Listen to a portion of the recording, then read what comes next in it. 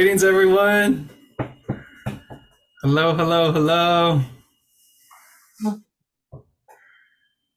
Thank you for joining us today for this birthing of some work that we've been deeply engaged in and are excited to share with you.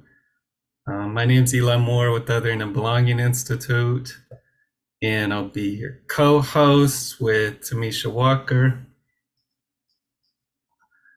I can't see Tamisha. Can we bring up Tamisha? Hello, everyone. Welcome. I'm so excited about this. Being able to Tamisha Torres Walker, co-founder, executive director, Safe Return. She, her, Aya are my preferred pronouns, and I'm excited to introduce what we have been thinking about based on movements before us. And so I'm super excited to be here.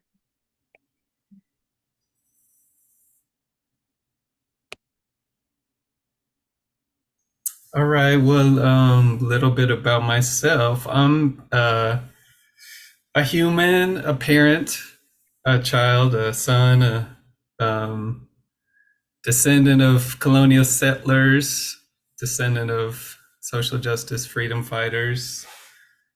I am a creative, an organizer, a researcher, and yeah, excited to connect with y'all. So, greetings to all of you who are grieving, all of you who are living life to its fullest. Yeah, in your particular place in this moment, in this day right here, in this context, wherever you are, building a world of belonging without othering. That's what we're trying to join with y'all in advance and share something to support that work.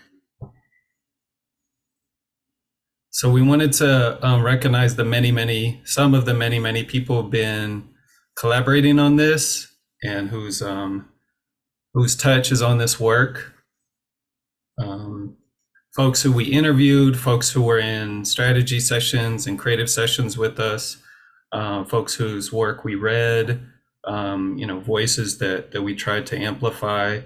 Be the Change, Sharp as Knives, amazing video work, Sagri Jane, Ade, Antoine, Aaron, Evan Bissell, Dorsey Nunn, Darren Rocket, Monica Atkins, Oscar Flores, George Galvis, Valerie Jamison, John Jones, Jay Jordan, Kay Lam, Nye Norn, Kat Ramos, Sandy Satorn, David Sharples, Katrina Swenson, Amy Vanderwarker, Milana, Eddie Zhang, and others too. Sorry if we missed you. Our memories aren't perfect. But thank you all for all that you're doing.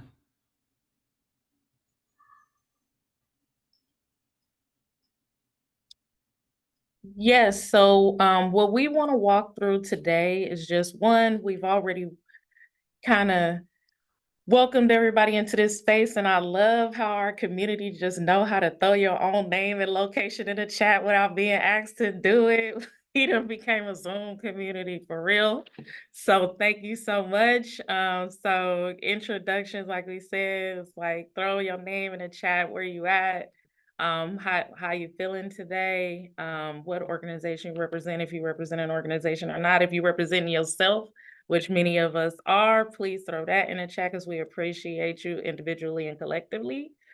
We want to talk about how we approach the work. We also want to premiere a video that I'm so excited about because creativity of a lot of people directly impacted by incarceration, crimmigration, and just all the other Asians in the world contributed to. Curriculum that we have spent time developing so we can be an additive to the movement, some resources and a way to use those resources, and then hopefully close out with an opportunity to keep building community and movement across all issues with you all.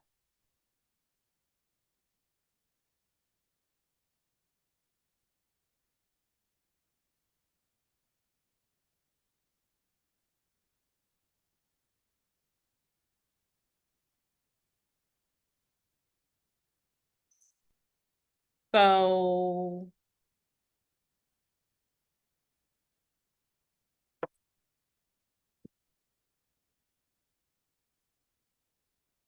Mylana, do we have an activity for folks? I think.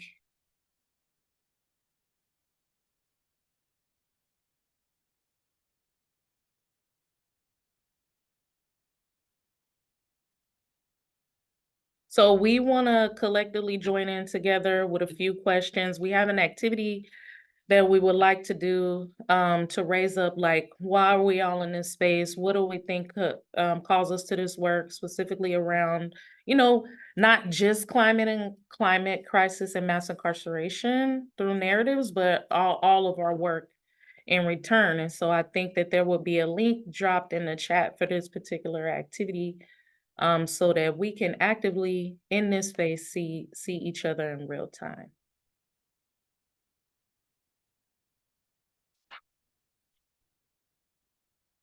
Give folks a few minutes to participate.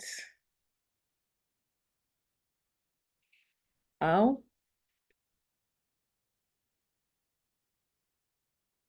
hey, justice, love, hope, intersectionality, community, loving it, justice,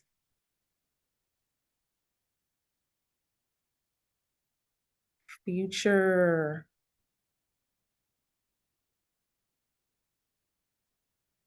I'm seeing a lot of collective values that's in alignment with my heart space right now. Am so much appreciating you all in this space, in this moment. Keep throwing it in the chat, throwing it in the link. Thank you so much. The longing, yes.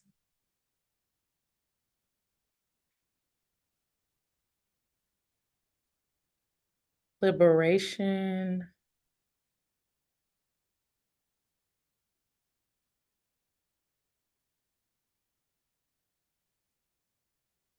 Amazing. Abundance, resilience. Yes, I see it.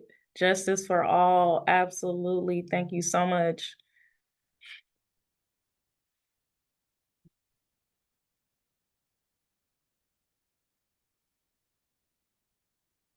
Yes. I'm looking forward to us learning together as well. Changing policies. Absolutely.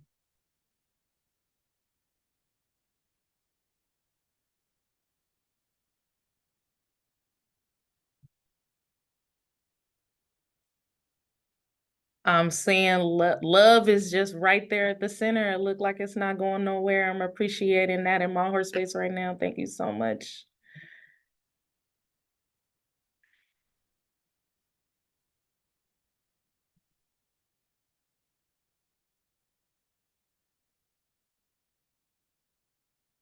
All right.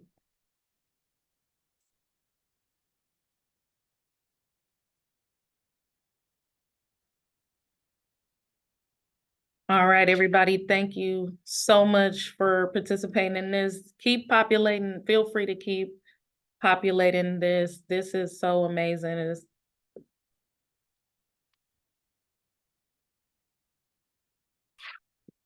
So we will be moving on because some of our values are absolutely around starting on time and ending on time as much as we can in these spaces.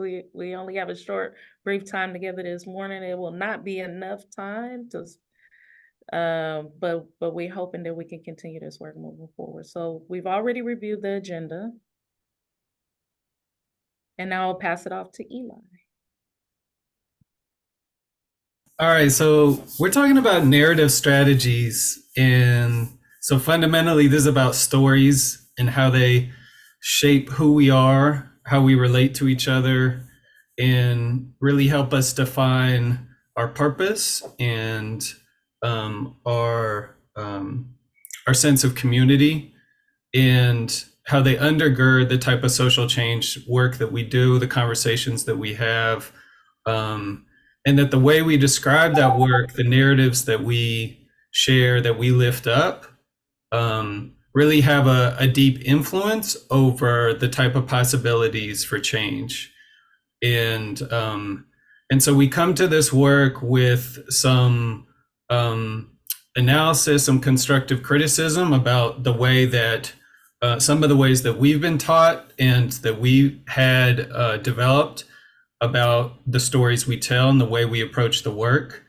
Um, Part of that is that narratives that are limited to a single issue or a single community can limit long-term transformation, um, and that a strategic narrative that links together various issues and communities can help build bridges across differences and align toward a bigger, bolder vision for transformation. And so we're going to talk a little bit about, where we went with that, and the way we think about that type of strategic narrative. Next slide, please. So a little bit more about the definition of strategic narrative from our point of view. It's cross-issue, cross-community, to be used as a meta-narrative or a kind of deeper story that underlies the way we talk about particular issues or situations or proposals, advocacy across different campaigns and projects. That it doesn't repeat the big lies, the underlying assumptions that can really undermine our long-term progress. And we're going to talk more about what we mean by that. That it articulates a shared vision for the future, an analysis of the past and the forces shaping our current situation, shared values, and a shared identity. And that obviously it has to resonate and has to inspire towards a North Star for transformation.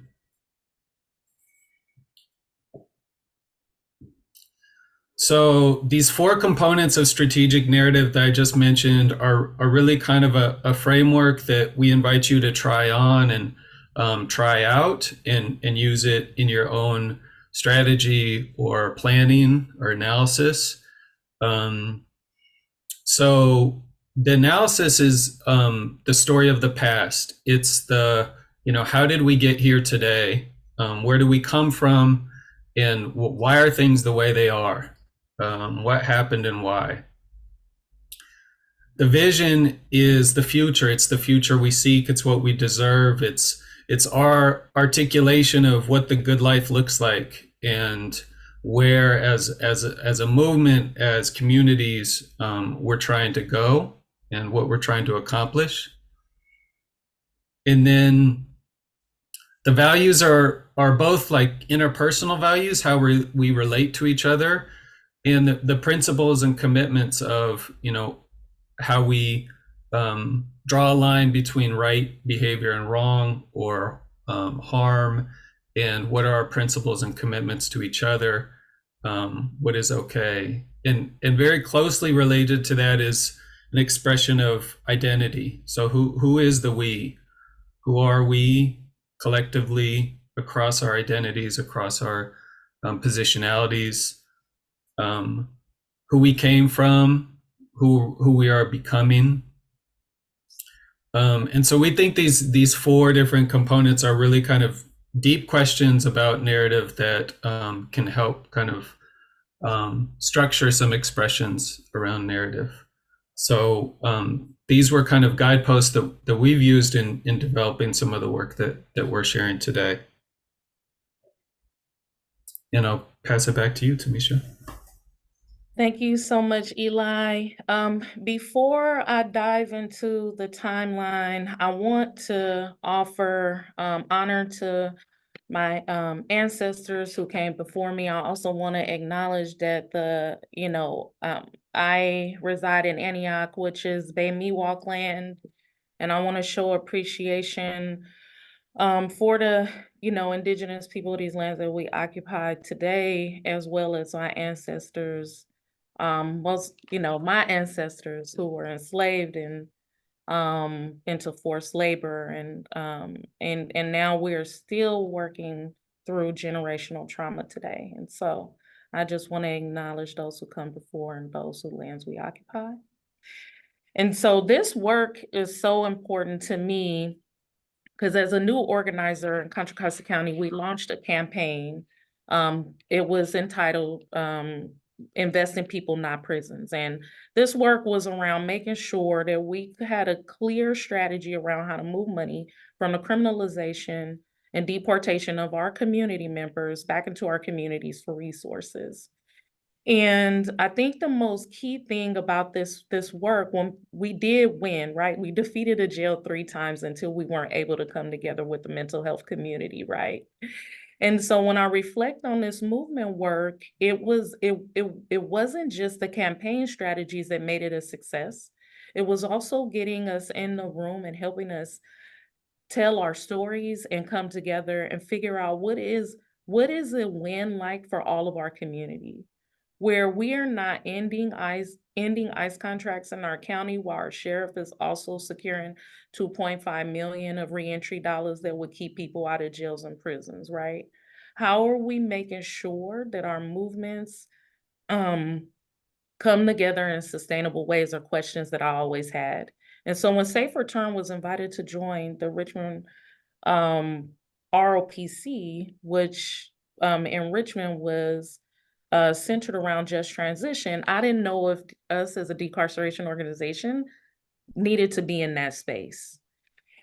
But after looking at the just transition framework, I instantly thought to myself, we are fighting the same systems across immigration, across climate and environmental justice work, housing work. So how are we not winning largely and sustainably?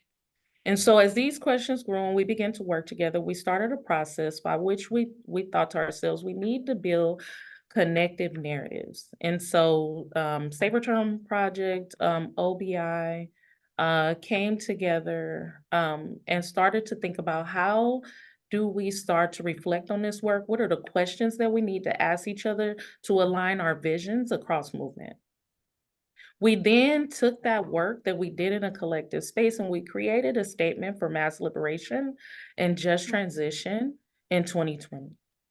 On the heels of that, we started to think about, well, how do we introduce these concepts to our community so that we can collectively build on tools that we can then use to continue to movement meld and work together for sustainable wins for all of our people in our community? And how do we challenge the big lies and dominant narratives that also keep our communities from mass liberation? We finalized this research in 2023 and 2020, between 2022 and 2023, with the help of all the people we acknowledged earlier, and thank you so much again. And we are at the point now where we want to share this narrative project with our communities, this framework with our communities as an additive to the movement. We are not doing anything new. I think we are just hoping that in this space we can add to what has already been done in a way that we can continue to challenge systems and dominant narratives that continue to oppress our community. Next. So it took a while to build out this report, but essentially what's in the report, and we hope you all have had an opportunity to read it, is that, we talk about what is our ideal version of a just world.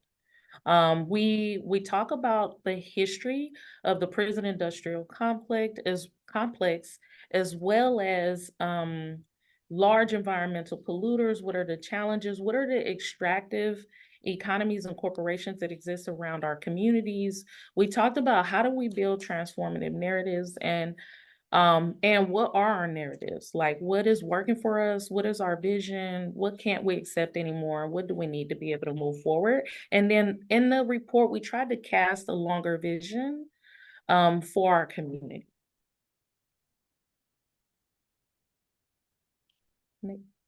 So the toolkit was really just some activities that we went through and experienced and worked on exposing ourselves and our community to, that we felt like we wanted to expose all of you all, our community to, across movements, to see how it will work to bring our people together. to meld our movements for sustainable wins for our community and to cast this long vision for a more just world. There are 7 activities in this toolkit, and we hope that you use them to continue to build on our movements, and we will be able to explore one today. Eli, you want to introduce the video, or should we let it introduce itself? Well, just that this video is really a collective process of like writing a script together across many different folks doing the work and using, quotes that people told us in the interviews and in the community workshops we had. And so, and just really grateful for Sagari for narrating and Sharp as Knives for Molly Crabapple for animating.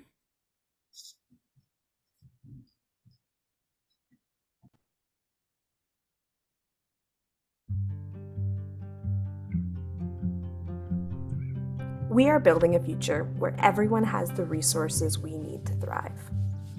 Clean water and air, nutritious food, a place to live, education, basic income, and a caring community.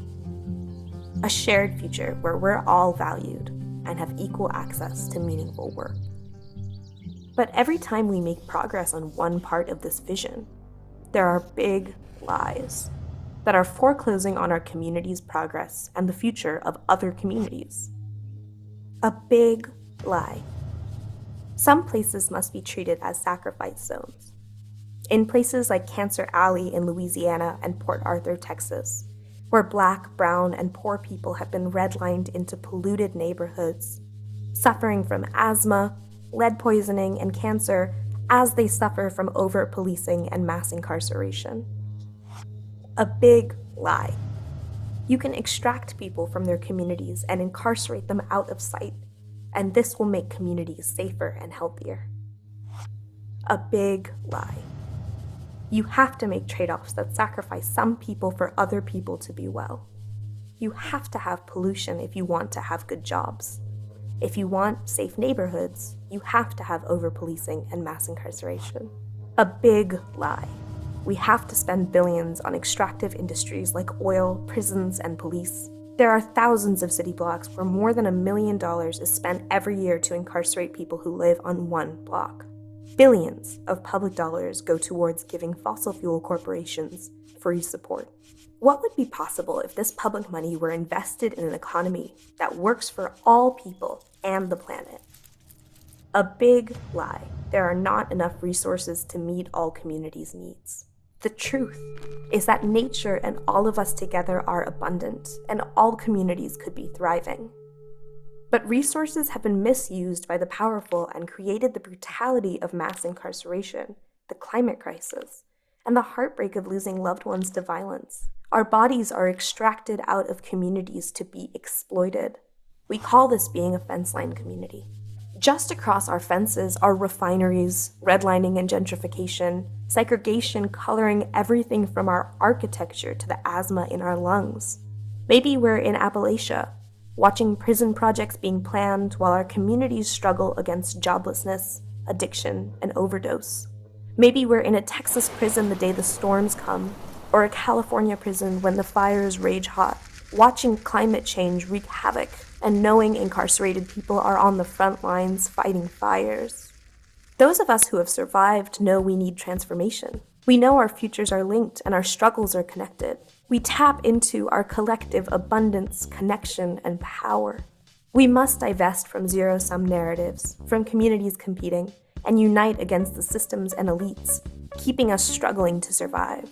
We've seen the transformative power of movements coming together against our common enemy of an extractive system. We've seen immigrants and formerly incarcerated people come together and defeat jail expansions in California. In Hawaii, indigenous people came together with military families to demand the military close the Red Hill fuel facility, which had been leaking petroleum into the water for decades, and they won. We've done this in community, and we know it works. We all deserve the opportunity to thrive, find joy and dignity in our work, and live in right relationship to nature. And right now, like watching a rose sprout from a concrete wall, we're building to be free from systems of oppression, for a just world where everyone's liberation is interconnected. In other words, We're watering the roses now. Come join us, and we'll liberate each other. The movement for a more just world starts with you.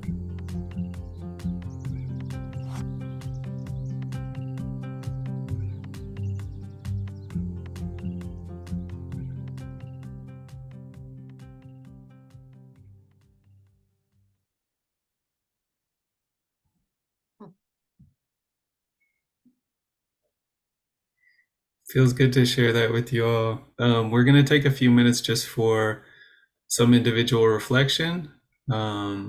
Invite you all to sit and write, or just sit in silence, or draw, or however you'd like to reflect.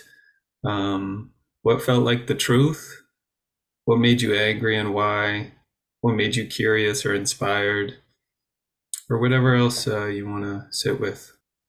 All right, thanks everyone. Thanks for your reflections, your encouragement, your feedback. We shared the link to the YouTube of the video. This is the premiere. This is the first time we're sharing this publicly. Feel free to forward it. And so we're gonna create some spaces in breakout rooms now for some discussion. And this is gonna be a version of an activity in the toolkit, activity number 3 on page 11, a little bit abbreviated for this setting.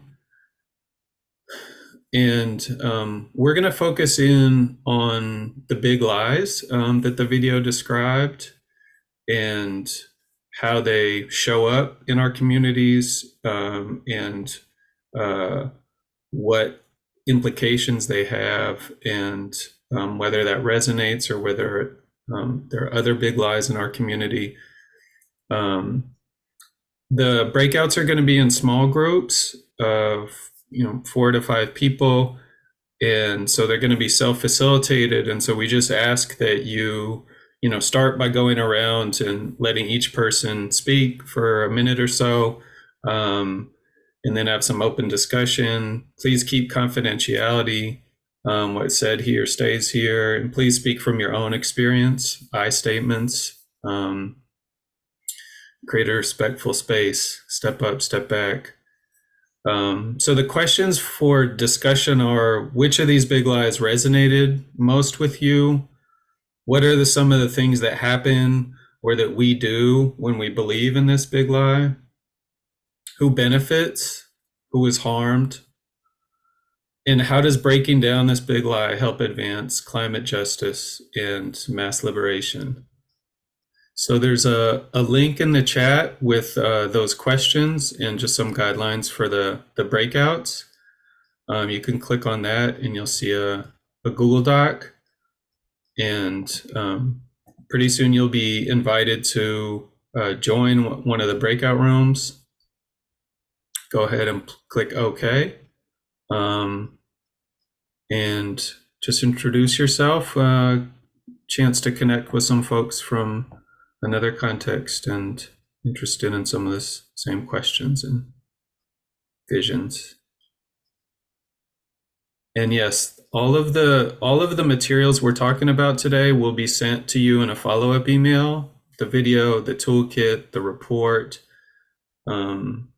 So that's coming as soon as this workshop is over. Welcome back, everybody. That was so exciting. Really enjoyed the conversation. And sorry to everybody who got sent to an empty virtual space and had to come back. And hopefully y'all found a space for some conversation, or can find a space outside of this workshop. Tech issues, but thanks for bearing with us. We know the virtual world is imperfect. We would have rather done this in person, but we will get an opportunity.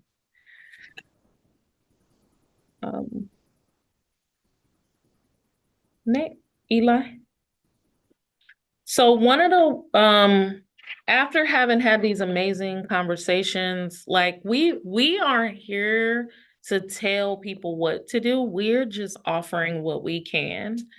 And I think the ways and I had a good conversation, I think it was with Louise, um, about how these tools could be used in the context of building currency, collective currency, when it's related to relationship and also people who have amassed great wealth from our communities, right?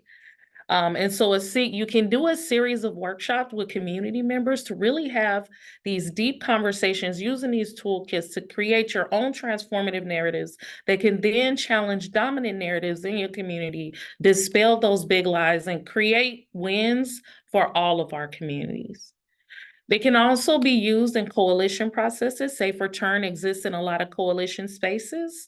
And so using these tools and coalitions where you might have different organizations with different mission focuses, how do we get grounded to make sure that our missions don't become a barrier to our collective work in community together, right? It can be used for study groups, just to have conversations in small groups with community members, leaders, base members, board members, whatever you consider your organization's members or leadership or power building space to be like. It doesn't have to be a large space. You can use these tools to carry your community through artistic, creative processes where you can also do something like we did using the video to express the world we would like to see. And there are a lot of other ways these tools could be used for the community. So the question to you is, what else could these tools be used for? How could you use the curriculum video and report in your community context to be able to think deeply about dispelling the big lies and building transformative narratives for sustainable collective power across movements?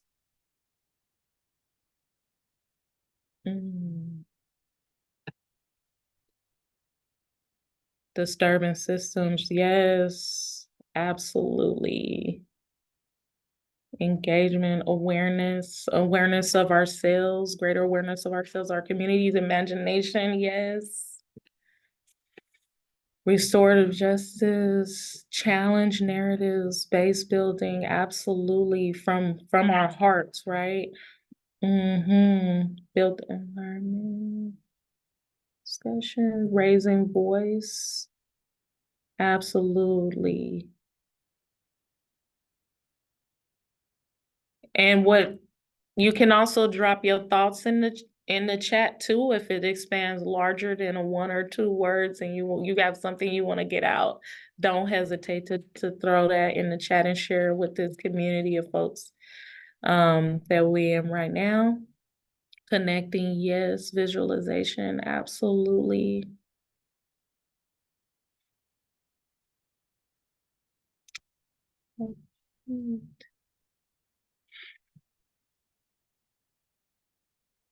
Thank you so much. I think there were questions. I'm not sure if I saw questions in the chat, but we can move on.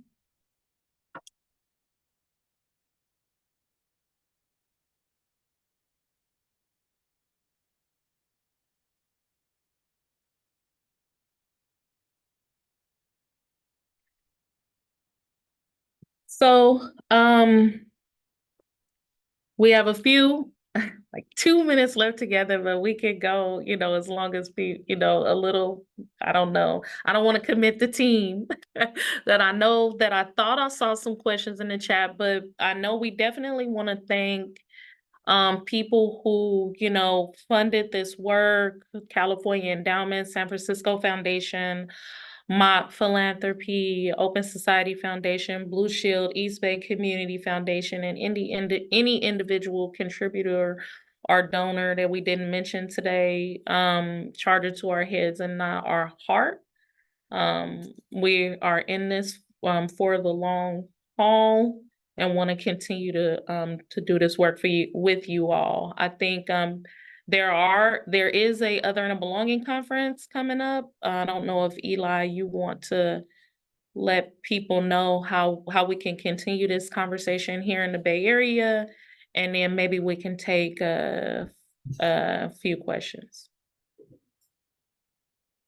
Yeah, the Other and Belonging Institute is holding a conference next month that's on our website, and I'll share it in the chat. A lot of these themes will be really centered in the conference, and then Tamisha and I want to support and collaborate with folks who are doing this work. If we can, somehow advise or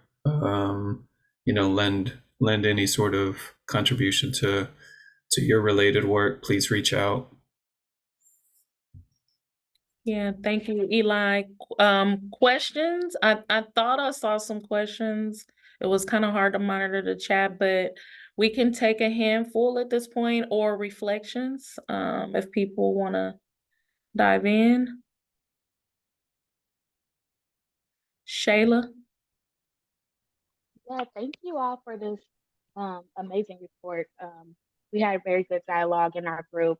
One of the questions that was asked was, where do we find funding to do this type of work? Whew. That's always the biggest question, right? Because I think the funding to do this work was for research, right? And I think that everybody who is funding movements for mass liberation, climate, environmental justice, housing justice, whatever context your movement is in, donors and foundations should be funding this kind of work.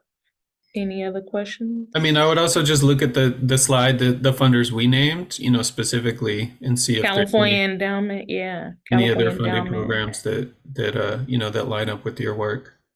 Corin? Yes, I'm wondering if there are local chapters of Othering and Belonging. Like I'm just an individual person here in Seattle, and I'm retired, and I'm wondering if are there chapters of people here working on these issues in community?